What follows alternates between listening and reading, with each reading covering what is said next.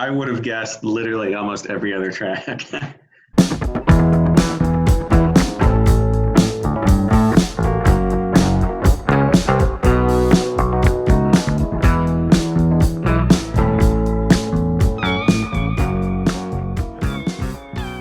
guys, welcome back to Listography. Jason, Kram, and Joe here, about to count down our top 10 Police songs. I guess we'll jump right into it.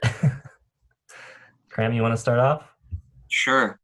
All right. My number 10, Bombs Away. Love, maybe my favorite lyrical song of theirs that's not a love song. It's kind of about the hypocrisy of U.S. military operations. Really cool guitar solo. Really cool lyrics, like I said. I love when he says, he's talking about the president, and he says his shirts are clean, but his country reeks. And he delivers it really well. All right, my number 9 is Contact. I really dig kind of the warped bass sound on it. It's very bass heavy and just kind of like the mood of it. Number 8, from Ghost in the Machine, I've got Hungry for You, all in French. It's a lot of fun.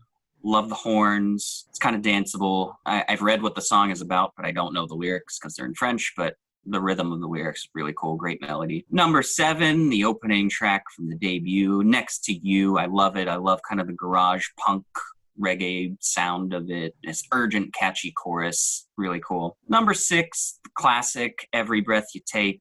You know, love the way the guitar and the bass sounds, and just a really sweet song that's put together perfectly. Same can be said about number 5, King of Pain. My favorite thing about King of Pain is when it gets into the chorus and there's kind of that frantic guitar work that kind of sets the mood really nice. Number 4, probably my favorite version of Sting's voice is going to be An Invisible Sun. Like the lower register. I love the oohs in it. It's really haunting. It's got that kind of good synth backing to it. Number 3, love this song. Probably was my number 1 for a while. It's just played so tight and has really cool just kind of timing with the guitar as Spirits in the Material World. Number 2, Synchronicity 2. Love it. Love kind of the simple guitar riff and the energy behind it.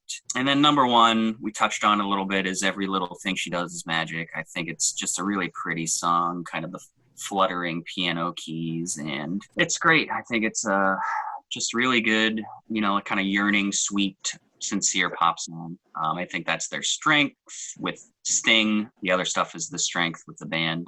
So yeah, that's my number 1. Very, very similar to mine, I think. And mine's kind of like a greatest hits album, but whatever. I think that was their strength, so I'm going to go with it. My number 10 is Every Breath You Take. It sounds sweet, but it's really about a stalker, and I kind of dig that. I think my opinion of it improved when I found that out. It's interesting because it was like a number 1 track and everyone loved it, and everyone loves that it ostensibly sounds like a love song, but it's kind of creepy if you really kind of get into the lyrics, and that's what Sting intended, which I think is pretty cool. Number 9, Walking on the Moon. Got really cool kind of spacey, atmospheric sound.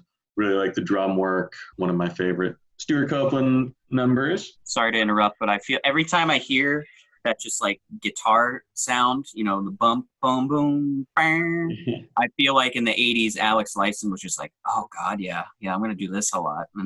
Very Rush-esque. Yes, I totally agree. Number 8 for me is going to be Roxanne from the debut. Just a great kind of faux reggae song. 7 for me is going to be Can't Stand Losing You. Another one from the debut.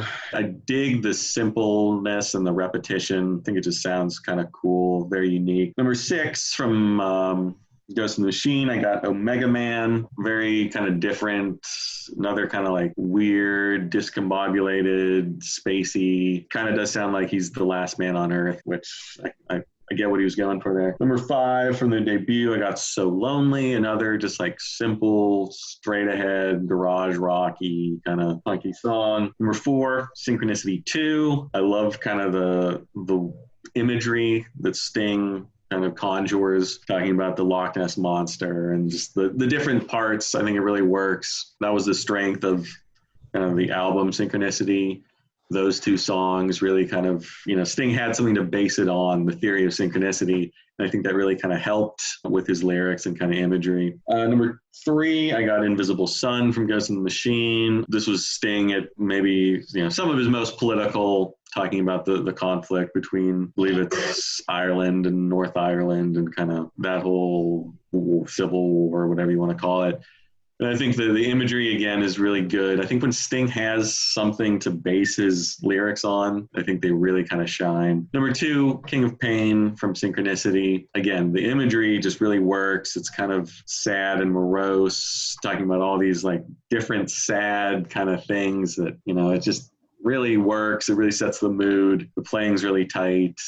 Just a really great song. And number 1, the most important song in my life. Every Little Thing She Does Is Magic. A song that got me into music again. I love the piano. It's just amazing, sublime. The little hi-hat touches by Stuart Copeland. It just all really works. Definitely a kind of a change from what they had done previously. They brought in the piano.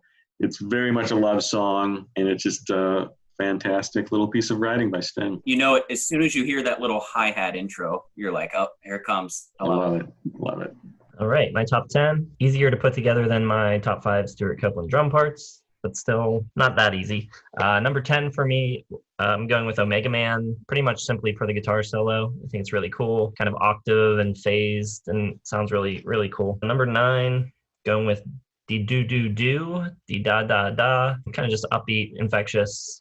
One of the better songs on Zenyatta Mandata. Number 8, another song from Zenyatta Mandata, Man in a Suitcase. Even though it's my 4th favorite album and I don't really like it as a whole, there are a couple of songs from it on this top 10 list, and there's still another to come. At number 7, I've got Be My Girl. I think this is one of their catchiest songs. The sort of spoken word thing in the middle ruins it a little bit, but also kind of endears me to the band and a little bit in a way also because I like weird things like that, and it kind of reminds me of something Rundgren would do. At number 6, I've got Synchronicity 2. I just think it's one of their most well-constructed songs musically. I think the playing on it's pretty good. Number 5, I've got Every Little Thing She Does Is Magic. This is the song that sort of made me start thinking that I might want to let go of my hatred for this band and explore their full discography. And even though it may have misled me a bit, I don't hold that against the track. Number 4, I've got Next to You. It's the first song on the first album,